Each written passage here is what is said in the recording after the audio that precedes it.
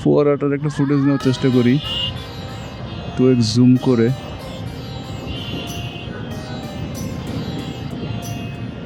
ইনস্টাতে আবার 2x zoom করা যায়, এটা একটা সুবিধা আছে। দেখতে পাচ্ছেন এটা হচ্ছে 2x জুমের।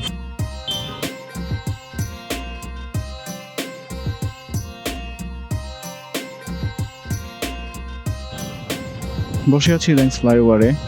মাইক্রোফোনটা একদম হেলমেটের ভিতরে মুখের কাছে আছে, সো লাউডনেসটা আসলে খুব বেশি ডিস্টরশন হবে কিনা জানি না। ওই পাশটা ছেড়ে দিছে, তাহলে আরও কিছুক্ষণ ওয়েট।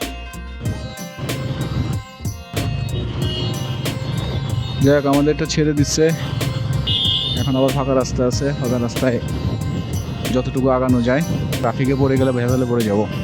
এক্সপ্রেসওয়েতে ওঠার রাস্তা হচ্ছে এদিক দিয়ে, ফার্মগেট দিয়ে আসলে পরের দিক দিয়ে উঠে। প্রতিদিন এই রাস্তাতে যাই, মাঝে মধ্যে ফাঁকা থাকে, যেমন আজকে দেখতেছেন। মাঝে মধ্যে এত প্যাক থাকে, বিরক্ত লাগে। আজকে তো পুরো রাস্তাটাই একদম ফাঁকা দেখতেছি, একদম পুরো রাস্তা ফাঁকা দেখতেছি, কোনো গাড়ি ঘোড়াই নাই যাওয়ার সময়। বাহ, এত ফাঁকা তো কখনো পাই নাই এই রাস্তাটা। জাস্ট 4টা বাইক।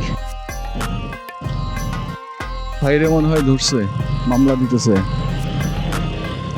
হিরো শোরুম, আমার প্রথম বাইক নেওয়া হয়েছিল এখান থেকেই।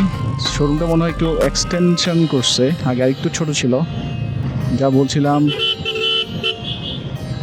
কি হলো দাঁড়ায় আছে কে? শহর যদি সবসময় এমন থাকতো, সারাদিন শুধু এই পাশোপাশ ঘুরতে পারতাম। দেখতে দেখতে 7 রাস্তা চলে আসছি।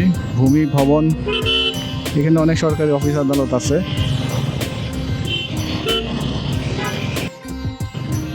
আর যারা না, তারা গুগল করলে পেয়ে যাবেন।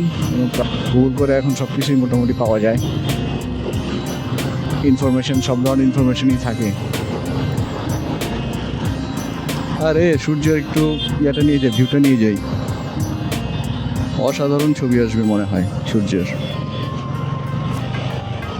ওই যে দেখতে পাচ্ছেন এগুলো এখন ইয়ে হয়ে গেছে, ওই নীল নীল ভাবটা কমে গেছে আকাশের, আলো কমে গেছে তো সেজন্য। নর্মালি আকাশ, নীল আকাশ পাওয়া যায়, কিন্তু এরকম তুলার মতো মেঘ আসলে খুব কম দেখা যায়, কারণ ঢাকার আকাশ আসলে এত বেশি ধুলা। এখানে আবার কি এত পাখি উঠতেছে কেন? যা বলছিলাম, ঢাকার আকাশে এত বেশি ধুলা, কার্বন ডাইঅক্সাইড। সো এখানে আসলে ওই যে এরকম নীল আকাশের মধ্যে তুলার মতো মেঘ পাওয়াটা আসলেই ভাগ্যের ব্যাপার। ওই যে দেখেন আকাশটা, ওই যে আকাশটা, সূর্যটা। ও, সূর্যটা নিচে চলে গেছে অবশ্য, আর একটু উপরে থাকলে ভালো হইতো,